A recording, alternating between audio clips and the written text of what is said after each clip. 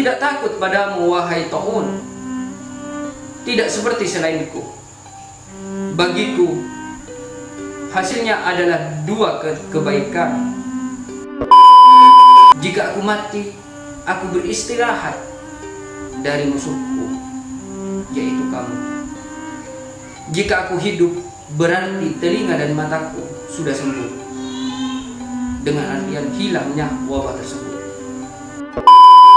Mesin pembunuh tercepat yang menyebabkan jutaan orang Damaskus Syria meninggal, yang hanya tersisa adalah 3.500 orang.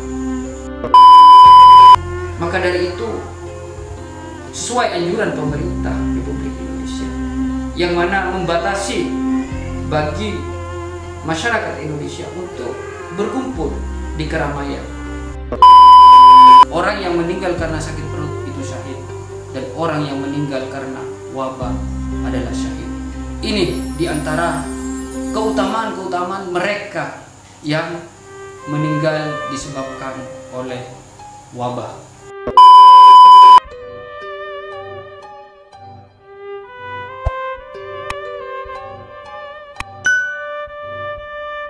Bismillahirrahmanirrahim. Assalamualaikum warahmatullahi wabarakatuh. Alhamdulillah, wassalatu wassalamu ala rasulillah wa ala alihi wa sahbihi wa man ittaba'a billah, amma ba'd. Pada saat ini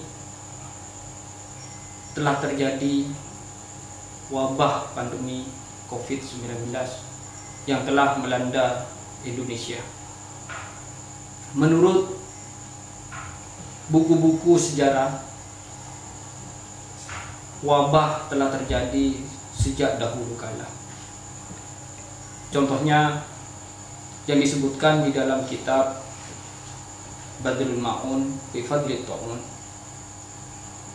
buku karya Ibnu Hajar Al-Asqalani, menjelaskan peringatan bagi semua orang agar tidak berkumpul di zaman wabah ini. Dijelaskan di buku tersebut telah terjadi kejadian yang sangat besar sekali waktu terjadi wabah di Damaskus Syria tahun 49 Hijriah, di mana wabah tersebut hampir membunuh seluruh penduduk Damaskus ketika itu. Ketika itu Damaskus, sejumlah penduduk di sana saat itu sejumlah 500.000 orang, yang tersisa hanya 3.500 orang. Penyebabnya disebutkan di sana, di dalam buku tersebut, adalah ketika manusia diperintahkan oleh para alim ulama, para pembesar-pembesar untuk berpuasa 3 hari. Ada maklumat dari gubernur dan para ahli agama agar masyarakat Damaskus ketika itu berpuasa 3 hari, dan setelah berpuasa 3 hari berkumpul di sebuah lapangan yang sangat lebar. Semua warga Damaskus diharap untuk berkumpul di tempat tersebut. Setelah kejadian tersebut, mereka berdoa bersama-sama di padang tersebut, di lapangan tersebut. Mereka berdoa dan meminta kepada Allah agar dijauhkan dari wabah tersebut. Namun jarak 2 hari, wabah tersebut malah meluas, yang mana menyebabkan meninggalnya orang ketika itu. Penduduk yang biasanya cuma 30 per orang per hari, 30 orang per hari, setelah kejadian tersebut menjadi 1.000 orang per hari. Ini kejadian ini yang sangat memprihatinkan, karena memang telah dilarang oleh Rasulullah SAW, yang mana kita dianjurkan untuk tidak mendatangi tempat-tempat tersebarnya wabah tersebut atau keluar dari tempat yang terjangkit dari wabah tersebut. Ibnu Hajar sendiri berkata dalam buku tersebut bahwasanya kejadian Damaskus persis terjadi di Mesir ketika pertama terjadinya wabah di Kairo, tepatnya 27 Rabiul Akhir tahun 833 Hijriah, yang mana yang meninggal setiap hari ketika itu sekitar 40 orang per hari. Lantas masyarakat Mesir keluar ke lapangan terbuka tepat tanggal 4 Jumadil Ula setelah berpuasa juga 3 hari. Mereka berdoa dan meminta pertolongan sebagaimana meminta ketika sholat istisqa, sholat meminta air hujan. Mereka gunakan untuk meminta agar wabah-wabah tersebut hilang dari permukaan Mesir. Mereka berkumpul, berdoa, berdiri, sampai kemudian kembali ke rumah masing-masing. Tidak sampai 1 bulan sehingga orang yang meninggal tembus 1.500 orang per hari. Hal ini yang menyebabkan putri Ibnu Hajar sendiri meninggal karena wabah tersebut. Kembali ke Damaskus, Syria, yang mana kejadian Syria didokumentasikan langsung oleh Ibnu Wardi.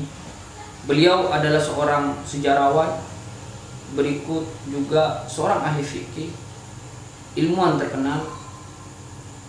Beliau merasa jengkel dengan wabah tersebut. Akhirnya beliau menulis sebuah buku dengan judul Risalatun Naba Anil Wabah.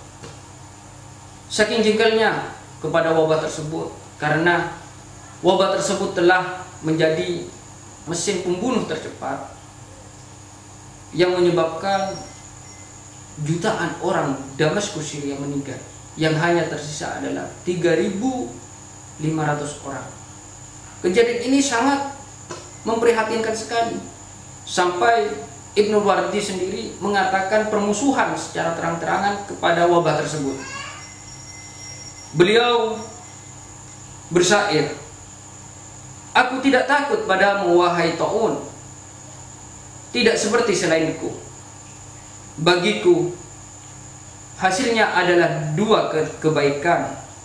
Jika aku mati, aku beristirahat dari musuhku, yaitu kamu. Jika aku hidup, berarti telinga dan mataku sudah sembuh." Dengan artian hilangnya wabah tersebut. Belum genap 2 hari, wabah tersebut menjakiti Ibnu Wardi. Dalam hitungan 48 jam, ta'un sudah merenggut nyawa Imam Ibnu Wardi tersebut. Ini yang menyebabkan Ibnu Wardi sendiri meninggal tepat pada tahun 749 Hijriah.